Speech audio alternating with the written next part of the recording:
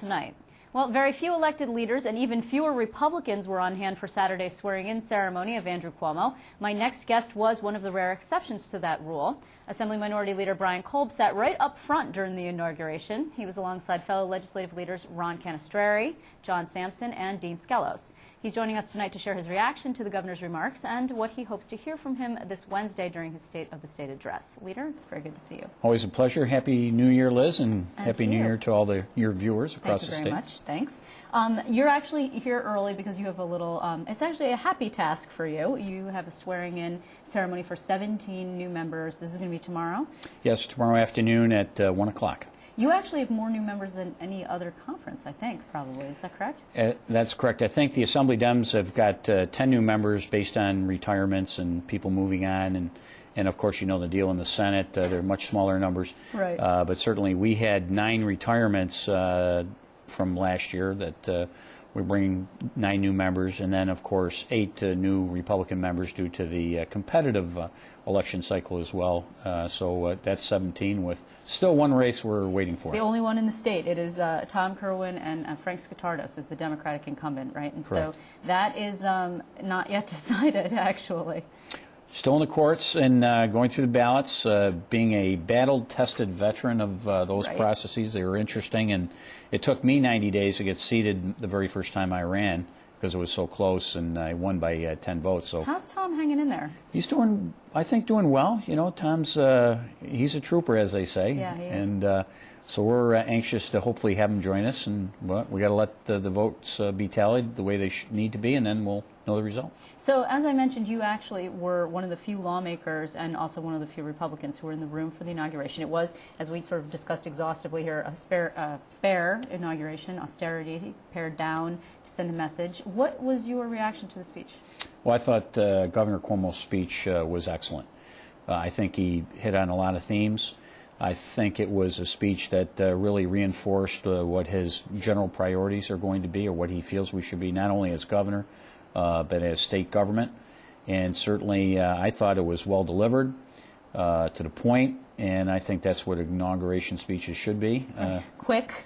Quick, and but really, I thought he did a great job, quite frankly. He spoke a lot about reaching past the partisan divide. He said he didn't want to have a partisan administration, a political administration, and so that, of course, is probably music to your ears and also to the Senate Majority Leader Dean Skelos. You know, there's been a lot of sort of speculation that his fiscal agenda, at least, and we'll get into it in a second because he's made some news, is more in line with the Republicans, perhaps, than the Democrats. I mean, you and I have discussed this before. If the Assembly Democrats, who of course control your chamber despite the gains that you've made, decide not to play ball, that's where the battles are probably going to be.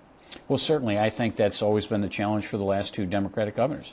Eliot Spitzer and David Paterson had a very difficult time, shall we say, cajoling their own members of the legislature to go along with some of their recommendations, whether it's budget or other public policy initiatives. So I think, quite frankly, that's going to be more of a challenge because that's been the challenge for the last 4 years.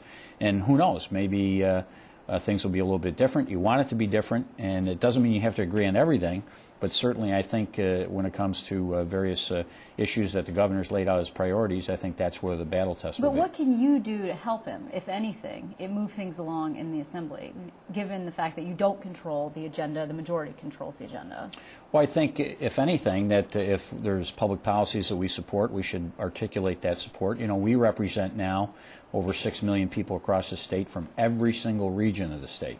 And I think that we can be outspoken publicly, and even when we go back to our districts and dealing with our constituents to say, hey, we think Governor Cuomo is on the right message here. Here are the things that we support. But if we think that there's a better way, or if there's some ideas or better solutions, we will be very open and direct communication with everyone about that as well.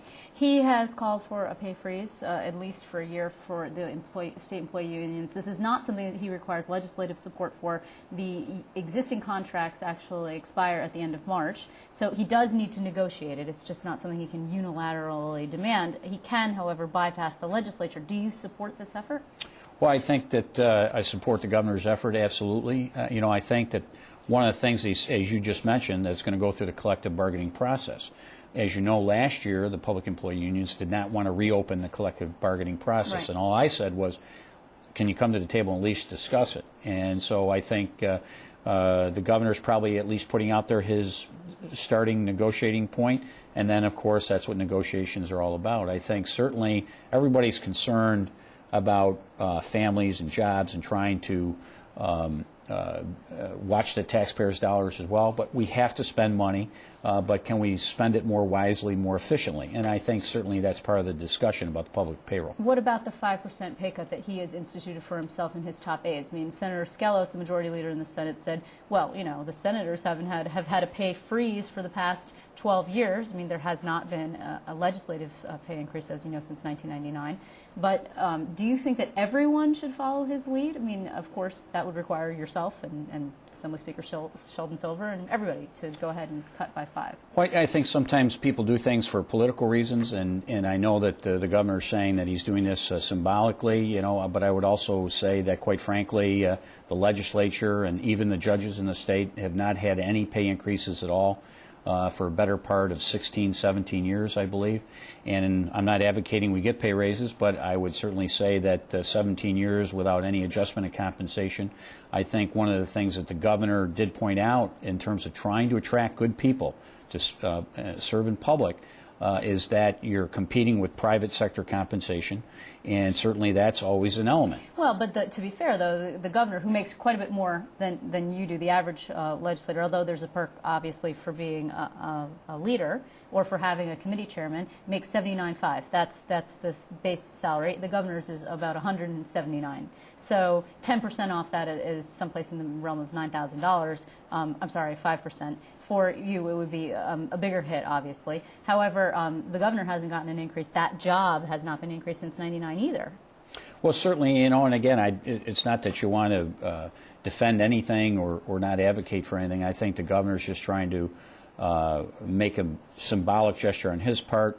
I think that that's a judgment that he's making, and certainly I know that there's probably not a lot of support in the legislature to reduce the pay when they haven't had any pay increases for almost 2 decades. Right. So I think that's really, I respect what he's doing, but I don't think it's necessary to follow suit. What about, what are you looking for just in closing on Wednesday? What are you hoping to hear?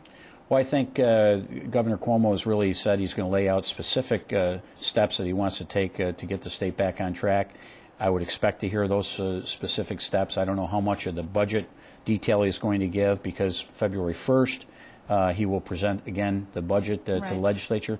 I think the themes I'm hoping that he'll emphasize is, again, laying out some of the priorities and how he plans to present the legislature how to fix things, but also really strike a tenor and tone of working together to make it happen. Well, it looks like he's headed in that direction, but of course we will see. It is right around the corner. But in the meantime, I want to thank you very much for coming in. Always a pleasure, and nice to see you. Again, I'm sure we'll be seeing you again real soon. Leader, I am sure of it.